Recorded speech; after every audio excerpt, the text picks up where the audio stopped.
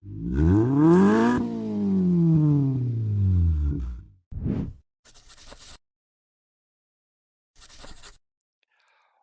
back to another episode of Drive Time Crypto with me, Crypto Chris. If you're new around here, thank you for coming and checking out the channel. It's much appreciated. If you are a returning viewer, hey, how are you doing? It's great to see you again. Coming up on today's episode, we're going to have a look at Bitcoin's price as it now sets new lows year to date and what that might entail. We're also going to have a look at what it means for stablecoins now that they've been thrust into the limelight with the downfall of UST and a potentially worrying pattern coming out of Tether. There is also news coming out the XRP camp slash Ripple camp that this could be the point of where the SEC are backed into a corner, so we're going to have a look into that as well before finally having a look at why it is always encouraged to remove your crypto off exchanges with a worrying update out of Coinbase. Before we get started though, and the reason why I'm on the prices screen to begin the episode is obviously we can see there is a sea of red. There's been unbelievably hostile environment, volatility, whatever you want to call it on the price charts, which has been unbelievably tough over the last 24 to 48 hours. I'm seeing a lot of comments on Twitter and people within the community where people may be struggling because they are maybe over leveraged, they're in too deep than they should have been, they weren't expecting this, and it has really taken their toll on their emotions and their mental health. What I'm going to do is I'm going to pop some links into some charities for the UK. I'll see if I can find some for the US in case I've got any US viewers. But yeah, if the downturn, if the emotional roller coaster, if the price charts have really affected you and your portfolio's absolutely decimated and you're finding it hard to cope, which I've seen some people on Twitter say, we will get through this. The prices will return at some point. When they will, I don't know, and I appreciate that this is a really painful time at the moment. But if you are finding it too hard to cope, please use the links in the description. Get in touch with people, have a chat with them, and hopefully you'll be able to sort it out. The you will get through it. It doesn't matter. Whatever's happening at the moment, you will get through it. Just speak to somebody, and I promise you, you will get out the other side. With that being said, let's move on and let's have a look at the Bitcoin price. Now, I know that it's not great at the moment, and as this article says, 2022 Bitcoin's bear market mirrors 2019 distribution zone identified. So, if we have a look at this, it says the crypto markets are currently experiencing the worst since the pre-pandemic bull run of 2020, which is also the year that Bitcoin shattered its all-time high of $20,000. Now the situation appears to have turned upside down, with the Bitcoin price falling headfirst to $26,986 at the time of the article being written. Now, if you weren't aware of what this is, the Twitter account Nebraska Gooner, who's also goes by the name of Gooner, says the Bitcoin price is now at a distribution phase. For the sake of the uninitiated, the distribution phase is the opposite of accumulation. This is the stage where holders are exiting their positions to salvage whatever value they can extract from their assets. In short, a lot of people are selling Bitcoin, including whales and some long-term holders. Now, what might have happened as well, which has only gone on to capitulate the moment more, is that there could have been a lot of stop losses that were triggered when we now hit the new year-to-date low. So we've seen the price of Bitcoin bouncing off this level of support around the $30,000 mark, but as soon as that broke down, then yeah, a lot of stop losses could have been triggered, a lot of selling orders could have been triggered. There's a whole lot that could have gone on, and that means that the price has seen it to fall further. and there is potential, as the Guna has said, that the last time this breakdown into distribution has occurred, the price dropped straight down to the 0.786 Fibonacci, which is currently $21,000. So there's potential that we could see even more downturn, even more pain, as Bitcoin could go back down to 21,000, but then it could bounce back up to 37,000 if it retraces back to the zero point 0.5 Fibonacci, which it said that's what happened last time, but history doesn't often repeat itself. So I know that it could do this or it could do that. You're very much sitting on the fence.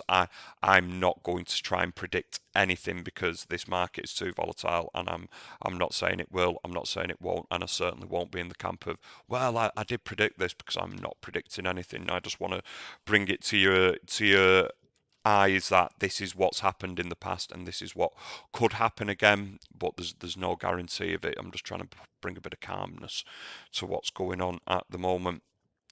Nevertheless, I didn't want to touch too much on Bitcoin price charts. I don't want to touch on prices too much, to be honest, because everybody's portfolio has been battered. It doesn't matter what asset you're in, it's taken a tanking, so there's no point in touching any more price news. So with that being said, I'm going to move on to the next article as discussed. So the Terra collapse could spell the end for algorithmic stablecoins.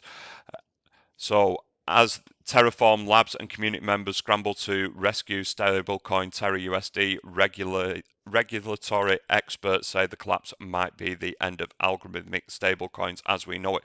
So, there's already been a lot of limelight for stablecoins within Congress and regulators. There's the scream for regulations to come in, and I think this has only gone on to bolster it. Somebody that's always been very vocal about stablecoins and the need to regulate it is the Secretary Yellen, and straight away she piled in with her views on it. And it says here, U.S. Treasury Secretary Janet Yellen doubled down on her stance that stablecoins posed a threat to financial stability Tuesday during the annual testimony before the Senate Banking Committee. I certainly think there are many risks associated with cryptocurrencies, Yellen said in response to the question from Senate Catherine Cortez Masto about whether stable regulations might come in. And Yellen touched on the fact that the cryptocurrency market is now larger than the subprime mortgage market, which triggered the global financial crisis back in 2008. If you weren't aware, there was a big financial crash from the mortgage markets, and now they're saying that the crypto market is around the same kind of, or is larger than that. So they're worried that should these stable coins fall in on themselves like UST did, then there's a risk that it could cause a financial crash of that of 2008. So this has also played into the hands of the fact that the president issued an order that they wanted a report doing and an understanding of the crypto market and what regulations have put. And Yellen said, as part of the request from the president's working group on financial markets, she also stressed that Congress would be working on stablecoin legislation too, saying that it's highly appropriate that it gets done by the end of 2022. So there's going to be a lot of movement and shaking in the ways of regulation and what that will bring to the markets. I don't know what that will bring to sentiment, whether it will steady the boat and produce there's regulations being brought into it and restore some confidence. I don't know whether it will then regulate it and people say, no, this is too high risk on instead of risk off, and stay away from it. But it's certainly gonna bring some movement to the market nevertheless. Now, at the same time, what is worrying is that Tether has already been under the limelight for a lot of attention on how it's actually backed, whether it's a legitimate peg. Some people call it a Ponzi scheme. Others have said that no, we've been investigated and it's fine. Tether is fine. There's nothing wrong with it, and it is safe. But with UST crumbling, stablecoins are in the limelight, it doesn't help when, as this article says, Bitcoin falls below 27,000 to December 2020 lows as Tether stablecoin peg slips under 99 cents. Now, it might not seem like a lot, but USDT is the latest stablecoin causing nervousness as Tether insists its operations continue as normal. And it says Tether wobbles as UST stays under 60 cents. Data from Cointelegraph Market Pros and TradeView have followed BTC and USD as exited the range in which it's traded since the start of 2021. At the time of writing this the pair circled 26,000 on Bitstamp. So that's explaining that the weakness within the market, but at the same time, blockchain backer is Twitter. He alluded to, I've been looking through at USDT, which is Tether. These fluctuations happen within USDT throughout the year, but after what's happened to UST and watching USDT, it's slipping away from that $1 peg, not by much, but more than it has all year. No clue if this is a positive or a negative impacts this can have. And then he went on to further clarify that it's dipping more before it closed the day at the lowest it has all year, around 99 cents. 0.995 cents. This is unusual. So the sentiment out there is that it's unusual to see such a thing happen, and it doesn't help when it's already in the eyesights of senators and regulators that this one that as well that's supposed to be stable to a dollar has fluctuated. I wouldn't class this as a D-peg at the moment, but certainly it's something that I'm going to be keeping an eye on myself to see whether this is the signs of things to come, and God only knows what would happen if Tether depegged from the dollar. If I quickly go back to the prices here, you can see that at the moment it's at 0.993, so it's slipped ever so slightly further. But what worries me is the market cap of it. You can see there is untold amounts of money in there. There is $82 billion in Tether. That is an unbelievable amount of money to start seeing. If that depegged and that much money went out of the crypto space, if it all started to implode on itself, honestly, I do not know where this space would go. I don't know what would be in it for the crypto market. It would be a unbelievably painful time to see that kind of movement. Yeah, let's hope it doesn't happen. I know that people are certainly going to be watching it, including regulators, and hopefully it will just show that it was just a blip in the market, and it will return back to its dollar peg, and it's nothing to be of concern of. If it doesn't, then yeah, hold on to your hats. It's going to get really, really messy and scary. And I don't know what that could spell for the markets. I'm not trying to FUD or anything like that. I'm just again bringing it to you, and we'll continue to monitor it. Now, moving on from stablecoins, what is interesting and coming out recently is it's in the Ripple case with the SEC, and something's come to light, and it says, could the SEC case against Ripple falter over a conflict of interest? Now, one of the sticking points at the moment in this case, if you were not aware, is the Hinman speech on Ether and whether it is not a security. So on the back of that, this is where all this has started to come from. So it says newly discovered documents suggest a possible conflict of interest from the former SEC official when he made a speech about Ethereum, which some claim could jeopardize the SEC's case against Ripple.